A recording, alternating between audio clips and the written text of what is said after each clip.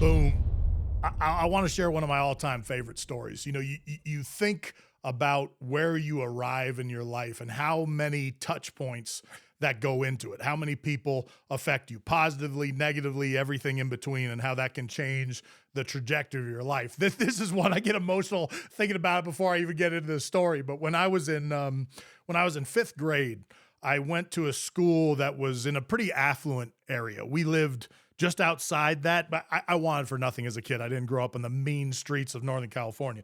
But the kids that went to that school were definitely taking trips to Europe and Hawaii and doing all that. And it wasn't, really kind of our life and the way our kind of daily life was designed. But my mom actually thought I needed a little extracurricular activity. Sports was always my most powerful kind of grounding, but she wanted me to get involved in something else. So she asked me to participate in Boy Scouts. And I can't remember if I'd made it to Boy Scouts or I was still in Cub Scouts. It was the first time I'd done Scouts.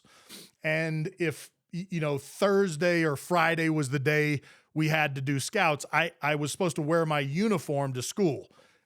So I had to wear this uniform. I was the only kid in the school that was doing Scouts. And every time I'd put this uniform on, this group of kind of boys in my class would pick on me, would make fun of me.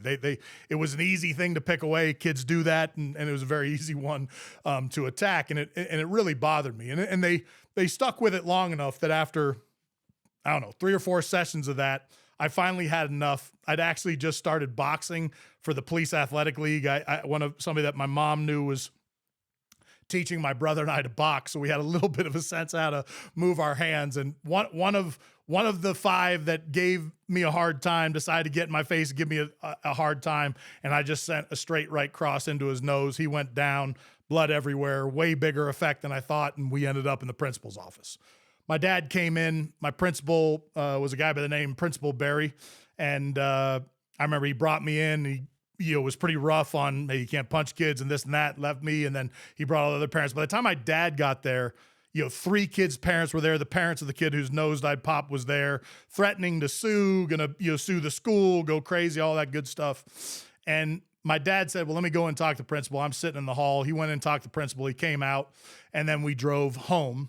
And I remember my dad, being quiet for a while. I couldn't tell if I was in that much trouble. And he asked me to explain what happened. I explained what happened. He said, that's what the principal said. He said, actually, Principal Barry thought you did the right thing. And I said, what?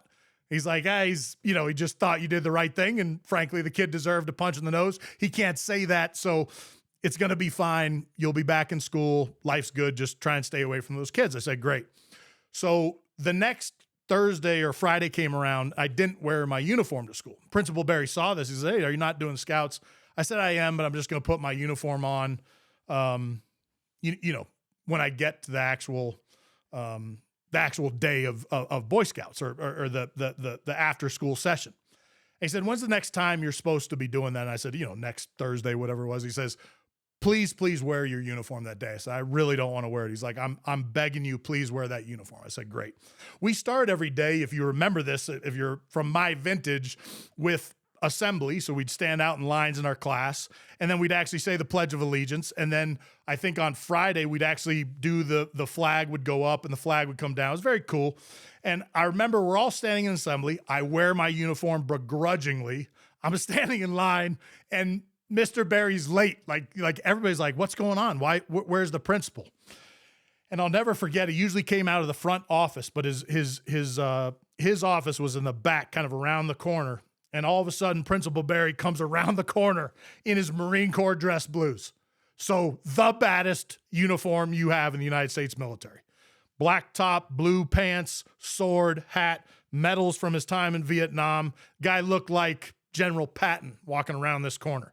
He comes walking out, gives a little talk about service to the whole, school, lets them know how important that is, what our country stands for. And he's like, hey, we're going to raise the flag today. I, of course, want somebody to help me raise it. Anybody want to help me raise the flag? I mean, every hand shoots up. He's like, well, let me make a choice. Comes walk around. He's like, I think it's appropriate if I'm going to raise the flag in uniform that someone else in uniform raises it with me.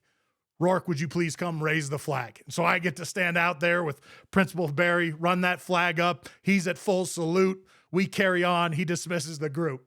Talk about one of those waypoint moments when somebody could do something very simple, very special for you. And what seeds that plant in me at that point that led to being uniform down the road. If you can do something like that, if you can do something special and put a touch point, say the right thing to somebody when they need it, you can change the trajectory of someone's life. Ever onward.